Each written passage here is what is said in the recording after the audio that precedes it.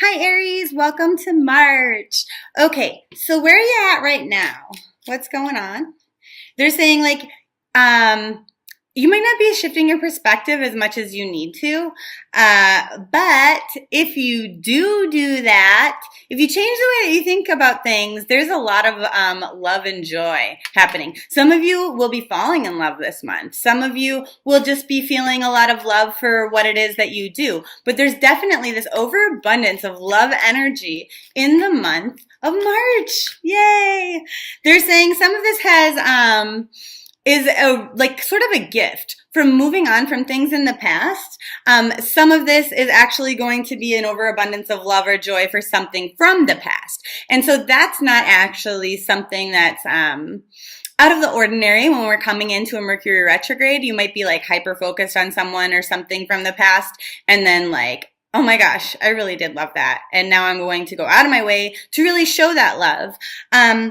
And so some of you might be reaching out to people that you love that maybe you had a falling out with, whether that's a friend, whether that's a sibling, whether that's an ex. And so is that the best idea? And they say, for most of you, I think that will be received well. It's not going to be the case for everybody, but for most of you, it will be. For those of you who, where it won't be received very well, you already know who you are, and don't do it. Don't do it. Because it will bite you in the butt, big time.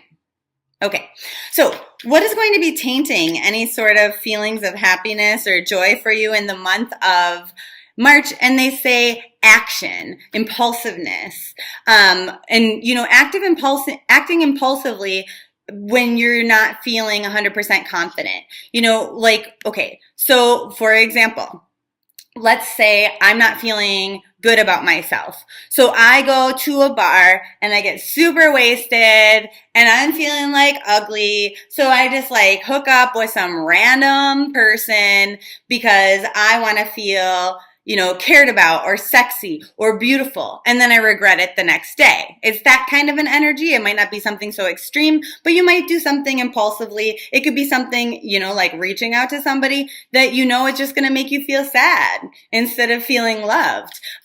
So whatever it is that you're not feeling super confident about, kind of going out of your way impulsively to try and control that situation and do something to fill that void, I don't think it's advisable, to be honest.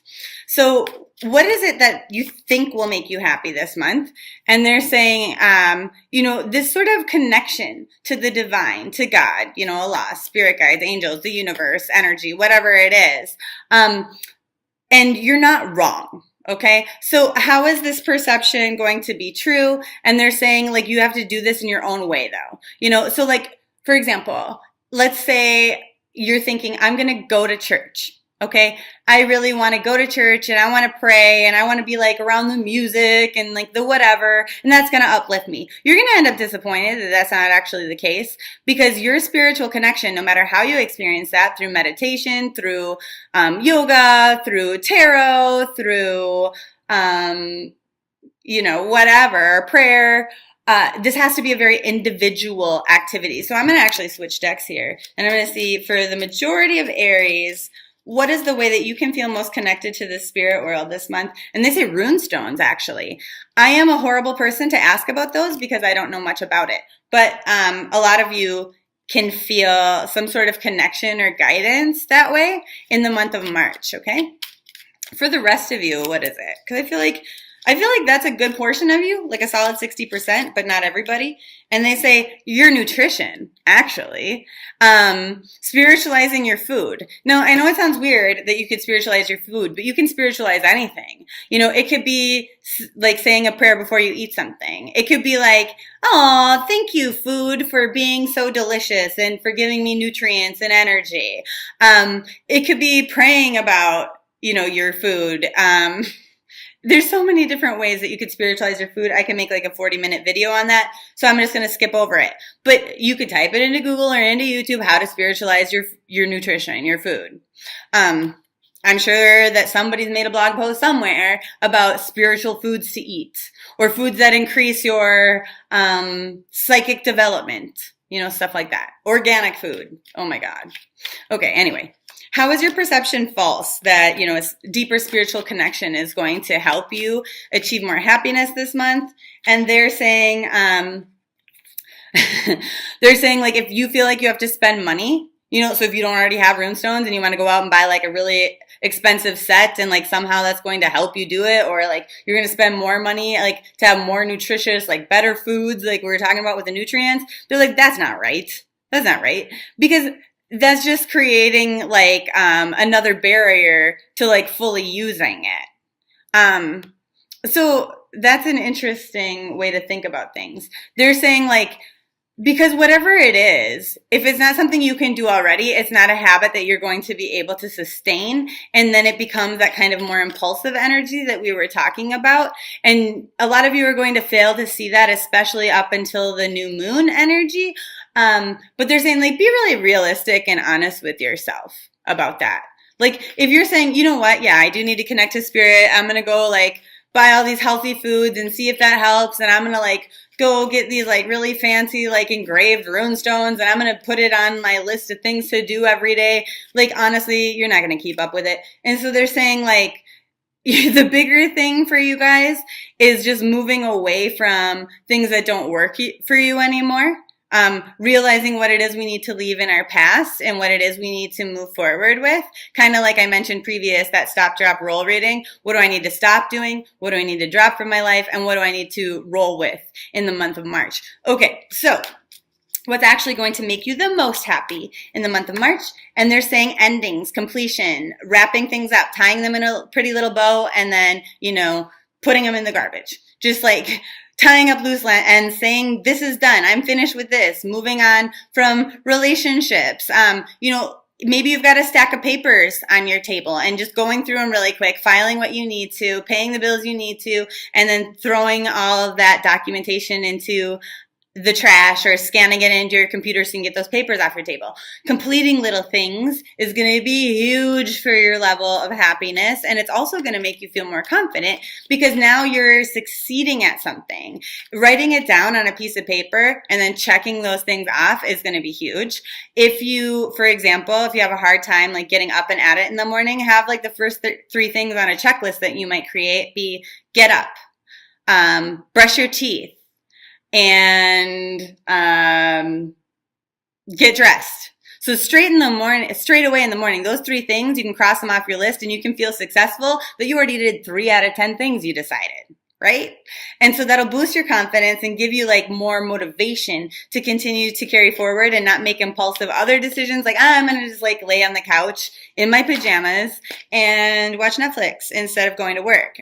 They're saying some of you have the capacity to do that because you're not feeling your most vibrant, fiery self. Aries are super confident and they radiate like a lot of this like sexy, funny, like intriguing, interesting energy that other people want to be around. Like people perceive you to be so fun and like something in a lot of you might have shifted or switched or changed.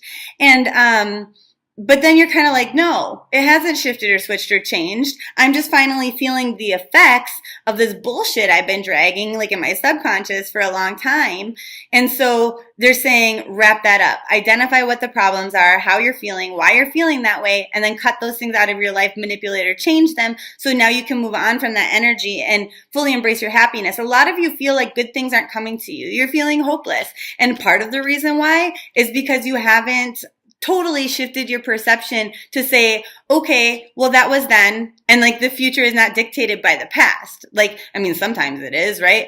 But like, it doesn't have to necessarily dictate the past. We can only focus like on today and what we're going to do next. Like the past happened, we can't go backwards. So that's done. Wrap it up, throw it away. And now let's move forward with what we have. So forces that are at play outside of your control in favor of your happiness that will bring you happiness is like, if you stand here and you look at things objectively and you remove your feelings from it, especially around the week of the new moon, for whatever reason, the new moon is going to be huge for a lot of signs this month. If you stand there and you look like, far past where you typically do, which might be like just your friendships or your job, you kind of like cast a bigger net and you're looking out there at like potential opportunities or like, what exists beyond the usual for you, that can bring you a lot of joy and happiness. It can bring you a lot of emotional fulfillment. You might be so focused on one specific thing in your life, and then when you kind of like broaden your horizons a little bit by doing so, you could experience a lot of joy and happiness, and new opportunities can come into your life, new people. But this is and you kind of get some of your confidence back. And I feel like a lot of this is done by, not necessarily judging other people, but looking at other people and saying, okay, so I have this, I'm feeling like garbage right now because of some recent failure, but now I'm going to kind of expand my awareness, and I'm going to look at my friend Joe. And Joe, used to be on drugs, and he used to be all these horrible things. And now he's a billionaire, and he's super happy, and he's married to the right person, and blah, blah, blah. And so you kind of broaden your view. And so you go, okay, they can do it. Why can't I? Totally can. Totally can. So then things that are kind of going to be working against your happiness but are out of your control this month. And they say this overflowing love energy, whether you're ready for it or not, it might kind of come into your life. This energy of falling in love with something. And so it's in your better interest, especially leading up to that new moon, like I talked about, to put a finality, close the door, close the lid on a box of something, and just put it to the side so that that's not shit that'll kind of flare up and cause you problems later in this love energy. So let's say you're feeling a lot of love and joy in a career, okay? But then for whatever reason, you need to have a certain credit score, okay? Or to maintain your security clearance, or to work at a bank or something like that. And so maybe you've been putting off, paying something that's late, or turning in paperwork, and it's affecting you negatively. Well, okay, I might love this, but maybe I'll lose it because I didn't tie those things up. Or conversely, maybe I'm going to walk into this new awesome relationship and fall madly in love with somebody, but because I didn't, assert a boundary and say, you know what, I'm not going to deal with my ex anymore. They text me sometimes, and I sometimes engage in that. If you didn't block them or something, that might flare up at the exact wrong time and cause some damage to that new relationship. And so it's okay, I'm going to get closure on certain things. I'm going to close them up, put them in a box, throw them away. That's done. That's the past. So I can step into this new awesome lovey energy. So as far as your lucky days this month go, you have the 15th of March. And then your power color of the month is white. So wearing white or imagining this white cleansing energy kind of coming through your crown chakra all the way through your body would be good. And this one talks about lightening up. Okay. So like I said, kind of standing there objectively, removing feelings from things and seeing, okay, what do I need to do to kind of get my confidence back? And so white gets rid of toxicity. It clears you. It cleanses you, not in the same way as yellow, but it kind of replaces any dark things with light, white, optimism, happiness, joyful love energy. Okay. And so this brings you peace. It helps you to have more integrity, to be more honest. It it relates to holiness, purity, right? Which is why you might be feeling you need to be more spiritual this month, or pray more this month, or whatever. And then what else does it do? Helps you to kind of get rid of that unnecessary baggage that we've been dragging around, like I mentioned. And so your affirmation with this one is, I give myself permission to lighten up and experience ease in my body and my soul. Okay? So that's going to be very important for you. And now what I wanted to mention actually with this one is it's a 24. So things are okay and they're only going to get better. You will achieve more balance as this month progresses. However, our lucky day is also the 15th, which is a 1, new beginnings, with a 5, which can be a sexy new beginning sometimes, but it can also mean, a hardship, struggle, disappointment, chaos energy. And so they're you get to make a choice here. Do you want things to be stable and awesome and easy, when they start, having cleared away all this baggage and bullshit that you need to before you step into that? Or do you want to drag that shit with you and have it flare up and ruin things? Up to you guys. And so either way, you're going to come to this place of balance with a 6. But the approach is going to be different for some of you. So it's advisable that we like step back, remove our feelings, look at things objectively, understand what it is we need to do, what we need to clear away, what we need to Marie Kondo the fuck out of our life, and then we can experience joy, happiness, love, and balance, a harmonious state, right? So there's that. Then your crystal of the month, surprise! There's no such thing as coincidence. It's white. Okay, this is called celestial aura. Aura crystals sometimes are hard to find if they're not aqua aura. So anyway, point is, with celestial aura here, what you get with this one is harmony. You get balance, you get peace, you get like alignment of all of your chakras and your auras and the meridians in your body and all of this stuff. It'll actually help make your physical body feel better. But anyway, so this helps you to use your spiritual gifts to their fullest potential and kind of helps keep you on the right spiritual path or course. It's not like really doing justice, like when I'm holding it back there. You see how sparkly that is? Probably not. It's so pretty. See, it's making a little light ray. So beautiful. Anyway, this helps you with, kind of coping with grief or loss or disappointment. It detoxes your body as well as your aura and your chakras. It relieves loneliness. It enhances so many of your metaphysical abilities, which is maybe why, like, if rune stones were not something you were into before, all of a sudden they're just making sense. It helps you to feel more like self-aware. It helps you to bond with other people. It helps you to reframe past situations, which is exactly what we need to do, right? Excuse me, sorry. And then what else does it do? It kind of like increases your consciousness, but also helps you to cooperate with others. It makes you less selfish. Not that Aries are always 100% selfish. Sometimes you can be, though, depending on what else is in your chart. So, I have some of these, I believe, on my website. If you wanted to purchase one from me, you can get one from your local crystal shop as well. But if you get one from me, then you also get lessons on how to use crystals and stuff like that to your fullest advantage. They come in like a video format, so that'll be pretty awesome if you're like a visual learner, which you probably are if you're watching my video. Okay, anyway, what kind of energies do we need to bring into our life to help us sustain any happiness energy that we get, so that we can thrive?